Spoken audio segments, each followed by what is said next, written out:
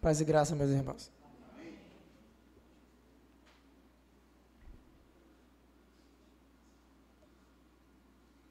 Iremos continuar a exposição do livro de Oséias, agora o capítulo 2.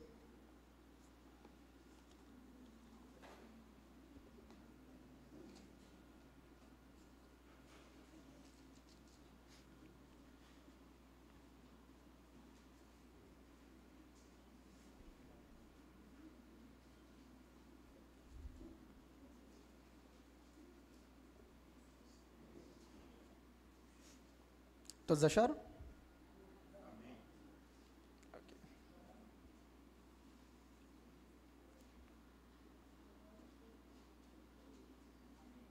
Amém. Diz assim o texto: Dizei a vossos irmãos, a mim e a vossas irmãs, por amar. Pleiteia com tua mãe, pleiteia, pois ela não é a minha mulher, e eu não sou seu marido. E afaste ela as suas prostituições da sua vista, e os seus adultérios de entre os seus seios, para que eu não a deixe nua, e a ponha como no dia em que nasceu, e a faça como um deserto, e a torne como uma terra seca, e a mate de sede. E eu não terei misericórdia de seus filhos, porque são filhos de prostituições, porque sua mãe se prostituiu, aquela que os concebeu se comportou vergonhosamente. Porque ela disse: irei atrás de meus amantes, que me dão meu pão e a minha água, a minha lã e o meu linho, o meu óleo e a minha bebida. Portanto, eis que cercarei o teu caminho com espinhos, e farei um muro para que ela não ache os seus caminhos. Ela irá atrás de seus amantes, mas não os alcançará. Ela os buscará, mas não os encontrará. Então ela dirá: irei e retornarei ao meu primeiro marido, porque eu estava melhor do que agora. Portanto, ela não sabia que eu lhe dei o grão, e o vinho, e o azeite, e que lhe multipliquei a prata e o ouro, que lhe prepararam para Baal. Portanto, retornarei e tirarei o meu grão, a seu tempo, e o meu vinho na sua estação, e reaverei a minha lã e o meu linho, dados para cobrir a sua nudez. Agora descobrirei a sua lascívia diante dos olhos dos seus amantes, e ninguém a livrará da minha mão. E farei com que toda a sua alegria cesse, os seus dias festivos, as suas luas novas, os seus shabbats e todas as suas festas solenes. E destruirei as suas vinhas e as suas figueiras, de que ela diz: estas são as minhas recompensas que os meus amantes me deram. Eu, pois, farei delas uma floresta, e as feras do campo as comerão. E a visitarei nos seus dias de Baalins, nos quais ela lhe queimou incenso, e se adornou com seus brincos e suas joias, e foi atrás de seus amantes, e se esqueceu de mim, diz o Senhor. Até aqui, meus irmãos. Na exposição anterior, nós vimos aqui sobre o profeta Oséias, o contexto que ele estava inserido. Eu não irei retornar a esses pontos.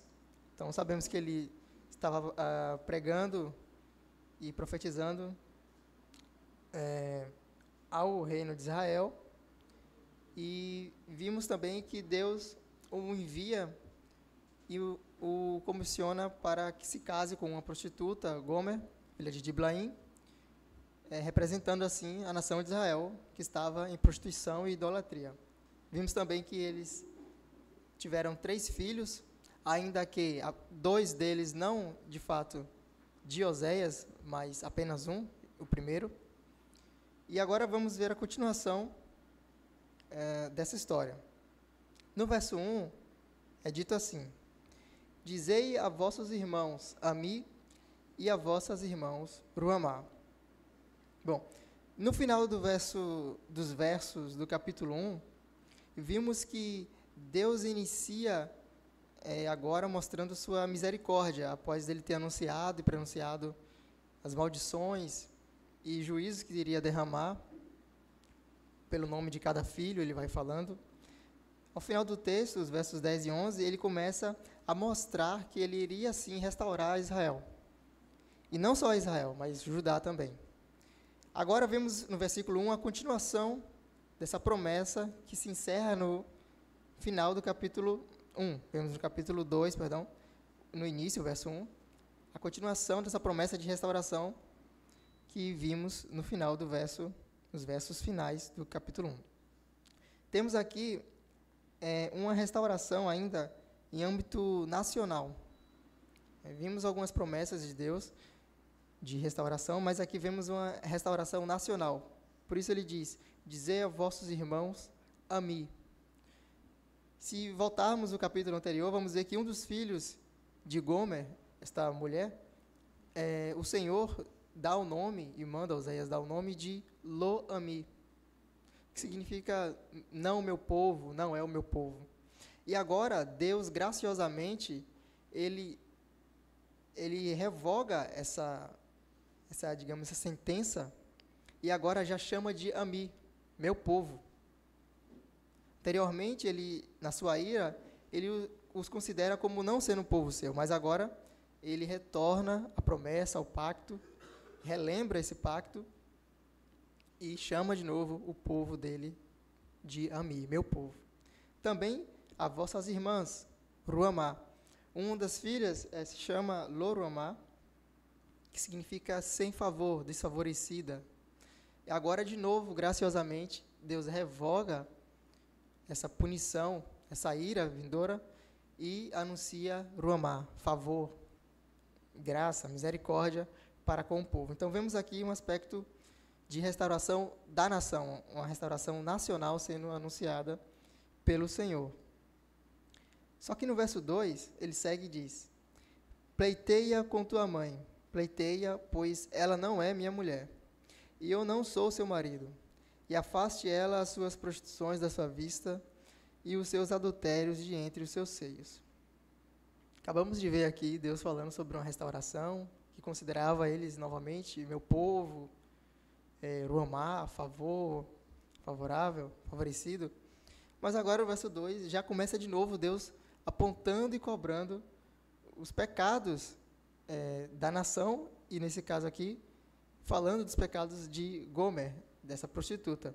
Então vimos que no verso anterior, apesar de Deus ele mostrar que está se aproximando e mostrando benevolência ao povo, ao mesmo tempo ele está retomando as causas que anteriormente levaram o povo a se afastar do Senhor, que são a idolatria e a prostituição. Então, nisso vemos que, mesmo quando o Senhor nos é favorável, Ele nos dá o arrependimento, Ele derrama a sua graça sobre nós, ao mesmo tempo, Ele sempre relembra a nós, nossa condição, nosso estado. Ele não passa a mão pela nossa cabeça, Ele corrige nossos erros, Ele aponta o que precisamos melhorar, Ele aponta para que não caiamos de novo naquela condição. Então, Deus não passa a mão pela nossa cabeça, mas sempre nos traz de volta à cruz e ao Éden, para lembrarmos na cruz, fomos nós que matamos o Senhor Jesus Cristo. E ao Éden, para mostrar a nossa condição, representada ali por Adão, quando caímos. Ele não deixa isento nossos erros, e Ele sempre nos relembra para que não venhamos a pecar novamente. Também é dito, no início do verso, dizei a vossos irmãos, e também diz, a vossas irmãs.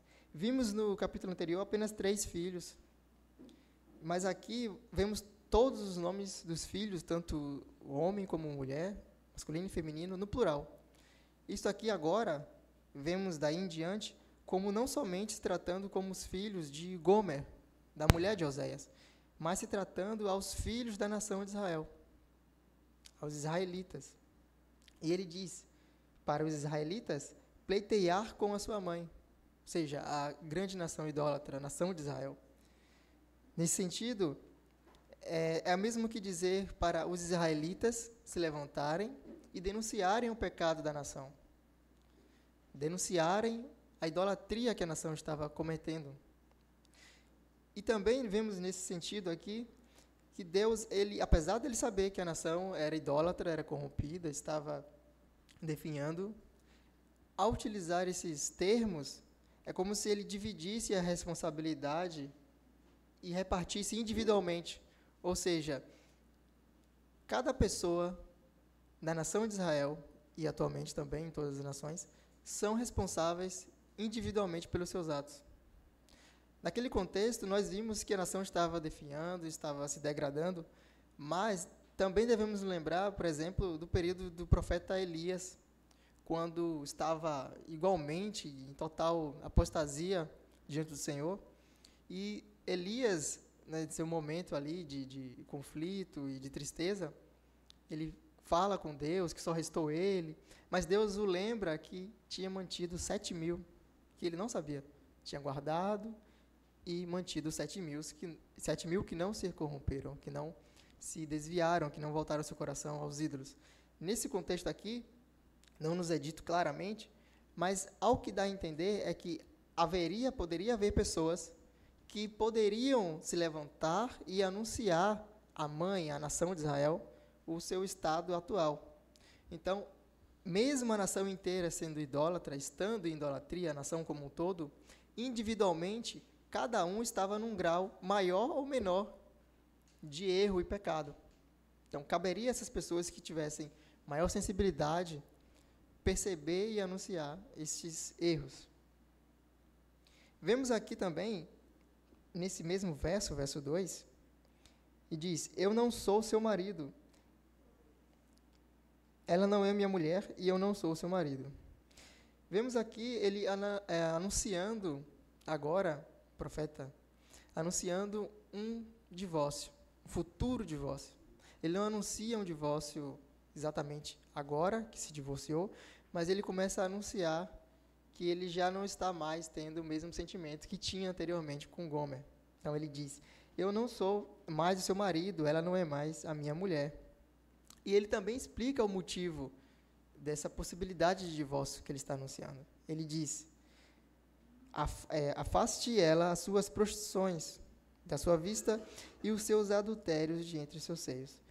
A causa, o motivo que estava fazendo com que o profeta cogitasse a ideia de divórcio seriam, então, as prostituições da sua esposa, de Gomer, e seus adultérios. Então, por causa disso, mesmo ele tendo passado, vimos anteriormente, nascido o primeiro filho e ela continuar na mesma situação, o segundo filho e ela permanecer, o terceiro filho, agora já, ele parece que não quer mais suportar essa situação, ele não está mais aguentando lidar com esta situação. Então, vamos ver aqui também que não é dito exatamente nesse verso, mas no resto do livro, vemos citações ao deus cananita, Baal, que, na crença dos seus seguidores, era o deus da chuva e da fertilidade. Então, faziam-se oferendas, sacrifícios, danças sensuais, para que assim esse Deus pudesse abençoar o povo, mandando chuva e fazendo com que as plantações produzissem e permanecessem. Vemos aqui no final do verso que é dito: afaste as suas prostituições da sua vista e os seus adultérios de entre os seus seios. Nesse sentido de dizer de entre os seus seios,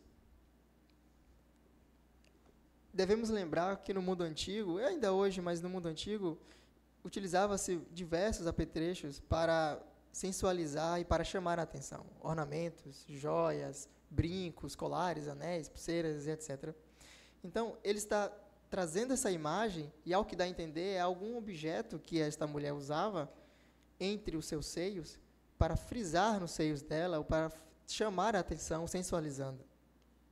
Temos relatos disso ao longo das Escrituras, como em Gênesis 38, no verso 15, quando Judá, ele então, no caminho, ele encontra uma prostituta, Tamar, e ele, vendo ela, ele nota que ela era uma prostituta pelas suas vestimentas, pela maneira que ela estava se vestindo.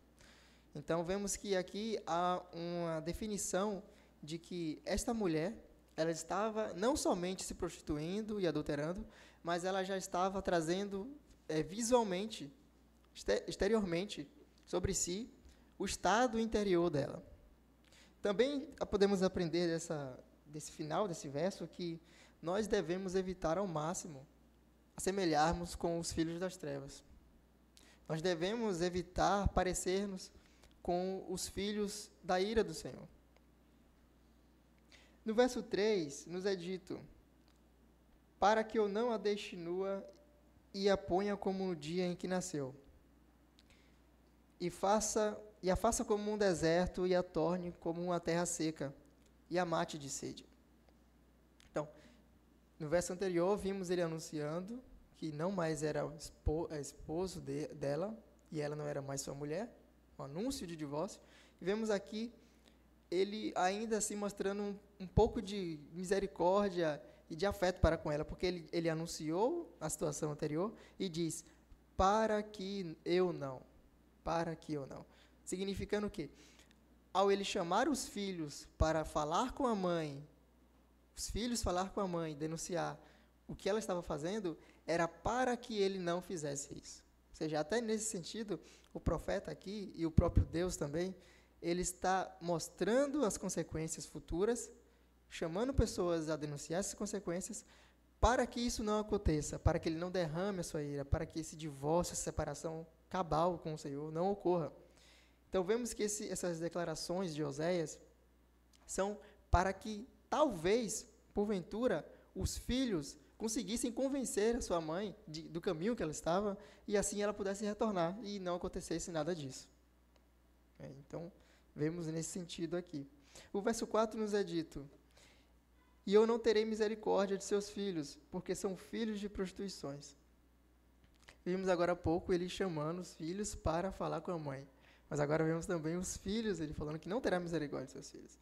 Essa mudança aqui no texto, ao que pode indicar, é que os filhos também estariam igualmente se corrompendo e se parecendo com sua mãe.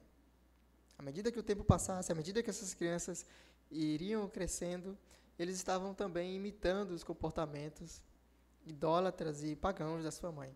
Então agora ele também não terá mais misericórdia dos filhos dela. Veja, ele diz de seus filhos, ele não diz de nossos filhos. Ele diz bem claramente, porque são filhos de prostituições. No capítulo 1, vimos, e eu comentei também, que 2 dos filhos deste casal, na verdade, 2 deles não seriam exatamente do casal.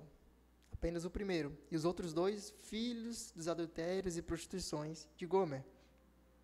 Vemos no verso 6, do capítulo 1, quando é anunciado o segundo filho, diz: e ela concebeu novamente e deu à luz uma filha. Veja, não disse lhe deu, como eu comentei anteriormente. E também, assim, no verso 8, dizendo assim: depois de haver desmamado Lomar, ela concebeu e deu à luz um filho. Se pegarmos agora o primeiro filho, Jezreel, no verso 4, diz, verso 3, perdão, e ela concebeu e lhe deu um filho. Isso faz total diferença, porque mostra que o primeiro filho, sim, seria do casal, e os outros filhos seriam seus adultérios, das suas prostituições. E aqui ele diz claramente: eu não terei misericórdia de seus filhos, porque são filhos de prostituições. Então, além deles serem filhos de prostituições, eles estavam começando a se parecer com ela também. Então, ele também não teria mais misericórdia. O verso 5 diz, continua essa explicação, ele diz: porque a sua mãe se prostituiu, aquela que os concebeu se comportou vergonhosamente, porque ela disse: irei atrás de meus amantes, que me dão o meu pão e a minha água, a minha lã, e o meu linho, e o meu óleo e a minha bebida. Note bem, essas coisas que ela diz, ele diz que ela diz essas coisas. Irei atrás de meus amantes, que me dão isso, me dão aquilo. Vemos aqui um reflexo do interior ingrato dela. Ela não considerava as benfeituras do seu esposo, a provisão do seu marido, o sustento que ele tinha em casa, que ele trazia em casa, mas ela considerava os presentes que os seus amantes davam para ela. Nesse sentido aqui, vemos também um reflexo espiritual, claramente espiritual, de que o povo de Israel, o povo israelita, ele considerava mais os presentes e falsas promessas que os deuses, no caso aqui Baal, poderia conceder ao povo, e não o que Deus de fato estava fazendo por eles. É um reflexo claro de ingratidão. Nós vemos aqui que essas coisas que são ditas aqui, né, água, lã, linho, óleo e bebida, todas essas coisas, vamos ver nos versos seguintes, que ele era quem dava de fato essas coisas. Então vemos aqui que ela, tendo essas coisas em casa, ela opta por ter essas mesmas coisas, mas de uma maneira pecaminosa. Ou seja, trazendo para a nação de Israel e para a nossa aplicação espiritual, nós podendo ter as mesmas bênçãos e dádivas e presentes de Deus, nós por vezes optamos receber essas coisas sem ser da mão do Senhor. E aí é que se encontra o erro e o pecado. Não é o fato dela querer essas coisas, água, lã, linho, óleo, bebida, mas é de quem ela iria buscar essas coisas. O verso 6 nos é dito o que ele iria fazer com essa situação.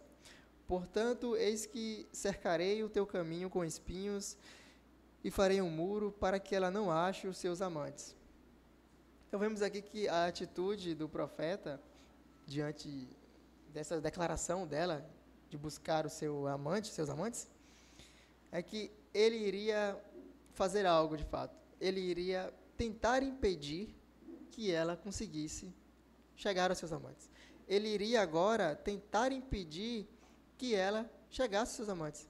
Tentar impedir que ela conseguisse conversar, conseguisse se comunicar, conseguisse se relacionar com esses amantes. Ou seja, ele decide evitar e dificultar o caminho dela, porque ele diz aqui que ele iria colocar espinhos no caminho, fazer até um muro, para que ela não ache os seus caminhos. Ou seja, no sentido aqui, podemos entender no sentido não totalmente literal, porque imagine só o profeta saindo em cada esquina e jogando espinhos em todo lugar. Vemos aqui uma tentativa dele impedir e dificultar que ela chegue aos seus amantes. No verso 7, nos é dito a consequência dessa ação do profeta: ela irá atrás de seus amantes, mas não os alcançará. Ela os buscará, mas não os encontrará. Então, ela dirá: irei e retornarei ao meu primeiro marido, porque eu estava melhor do que agora. Veja, no verso anterior ele diz o que ele iria fazer, ele iria dificultar para que ela chegasse até os seus amantes, e ela, vendo que realmente ela não estava mais conseguindo, tendo a possibilidade de retornar aos seus amantes, ela diz: irei e retornarei ao meu primeiro marido, ou seja, Oséias, porque eu estava melhor do que agora.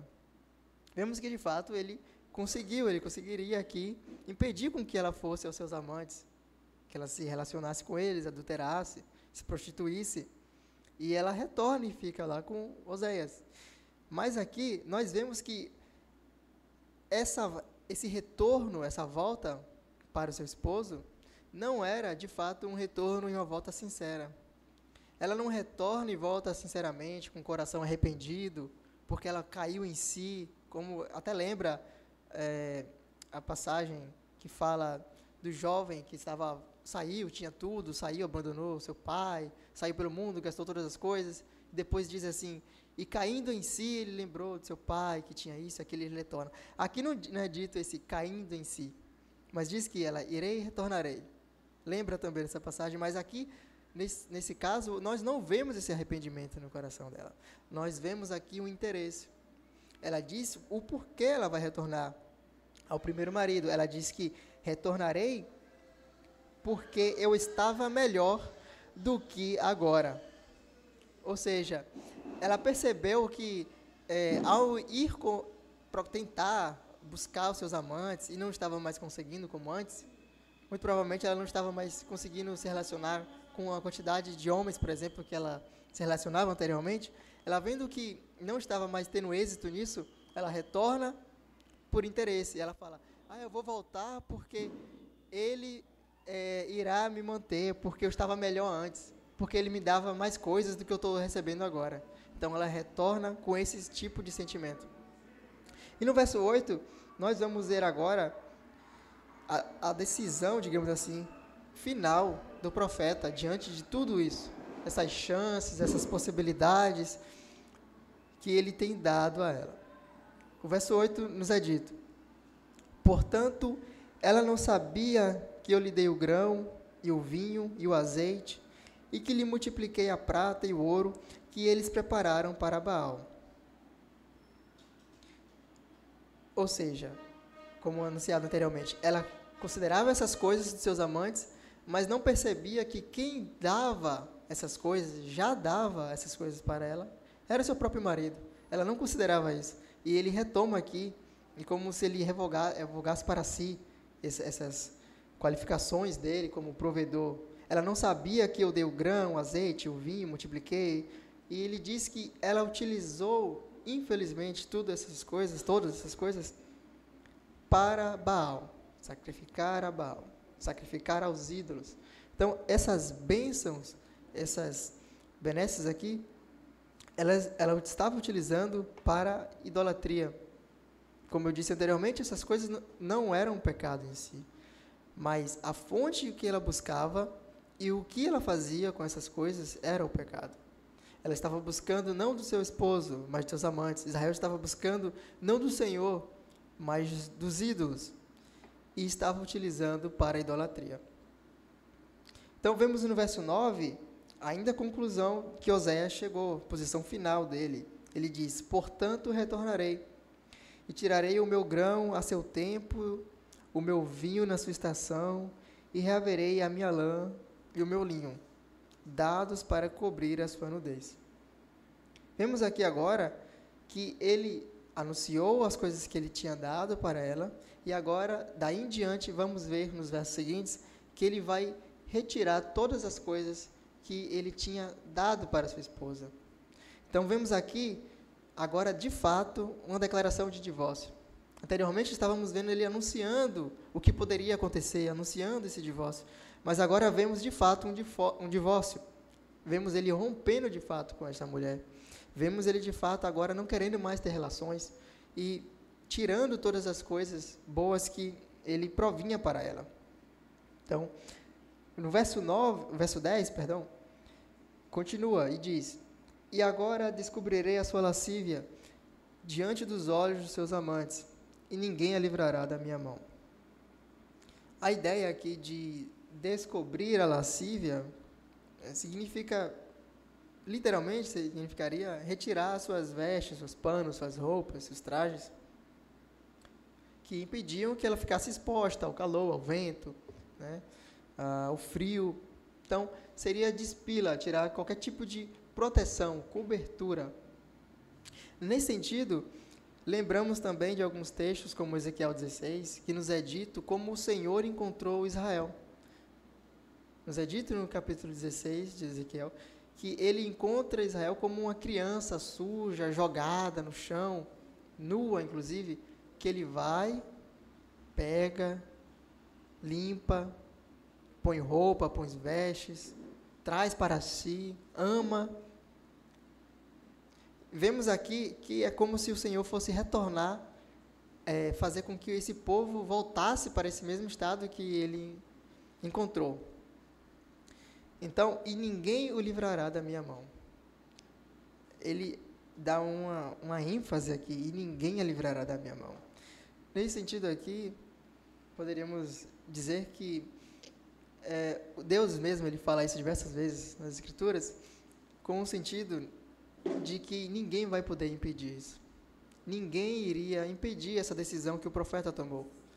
Ele já deu todas as possibilidades e chances, anos após anos, e ela não se arrependeu, ela não parou, mas agora ele estava decidido e ninguém poderia impedir, ninguém poderá livrá-la da minha mão.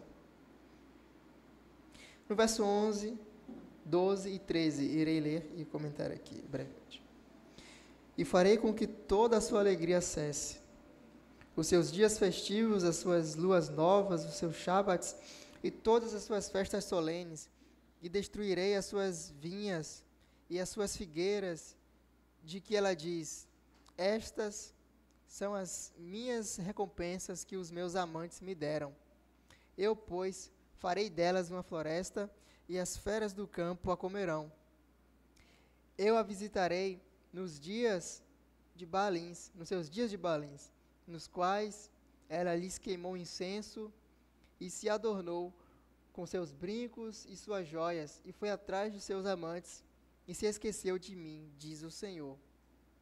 Então, a conclusão aqui, ele continua falando as coisas que ele iria retirar dela, mas agora vemos uma passagem bem sutil aqui para o próprio Senhor falando com o seu povo. Vemos no livro de Oséias, como inclusive em outros profetas, essa passagem às vezes repentina da fala direcionada a uma pessoa para toda uma nação, da nação para uma pessoa.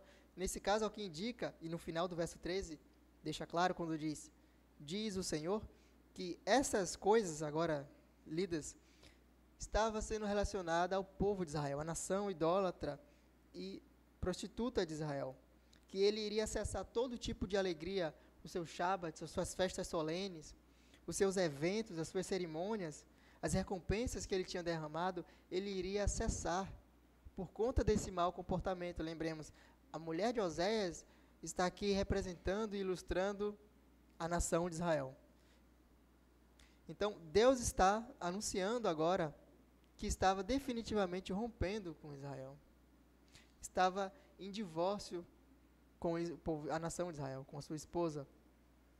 Então, aqui no verso 13, vemos que no capítulo anterior, começou com um anúncio de ira e indignação do Senhor. Agora no verso final desse sermão aqui, do verso 13 até o verso 13, vemos que dessa parte, do verso 1 até o verso 13, vemos somente um anúncio de ira.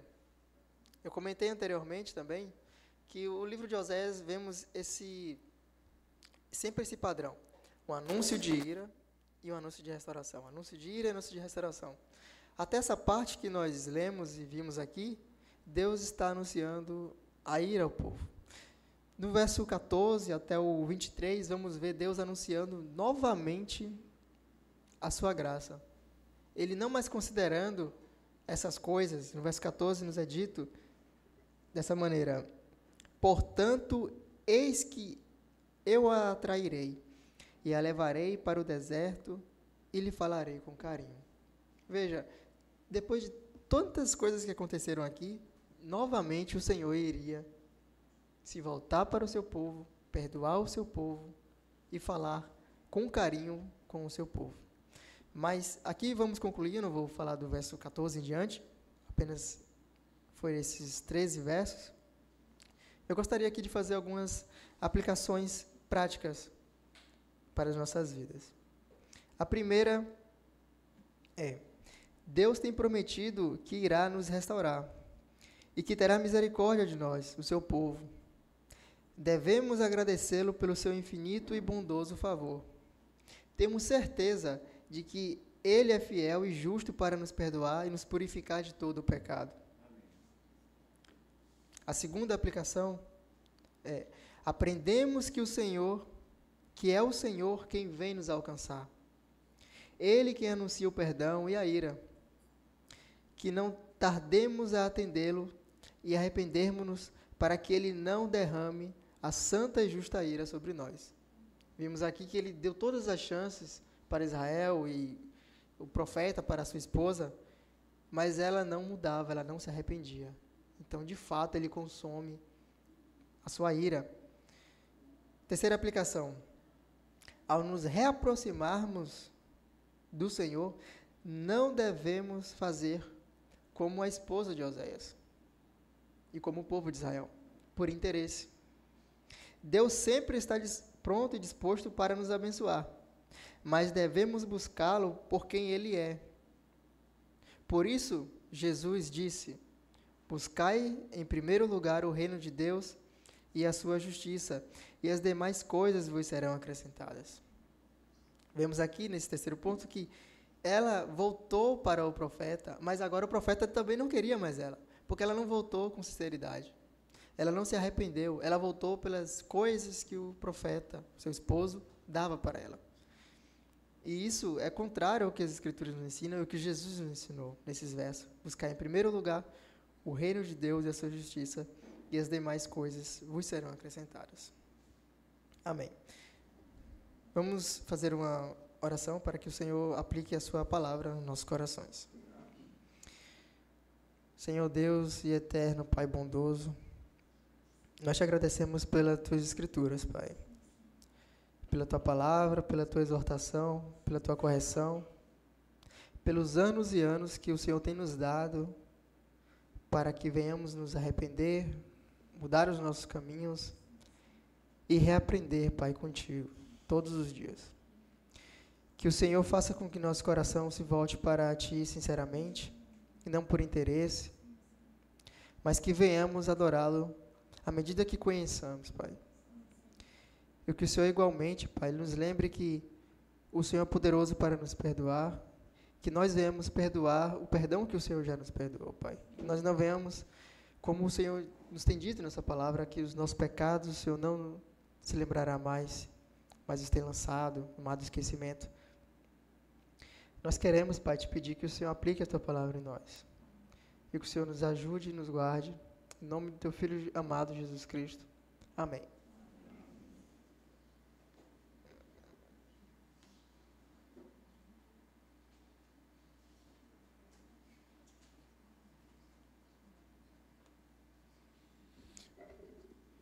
Podemos agora chamar a família do altar? Amém. Toda semana uma família é sorteada, escolhida para estar recebendo as orações da igreja como um todo. E vamos convidar agora a família do altar, o presbítero Emanuel, para fazer essa oração intercessória final. E logo iremos sortear uma outra família.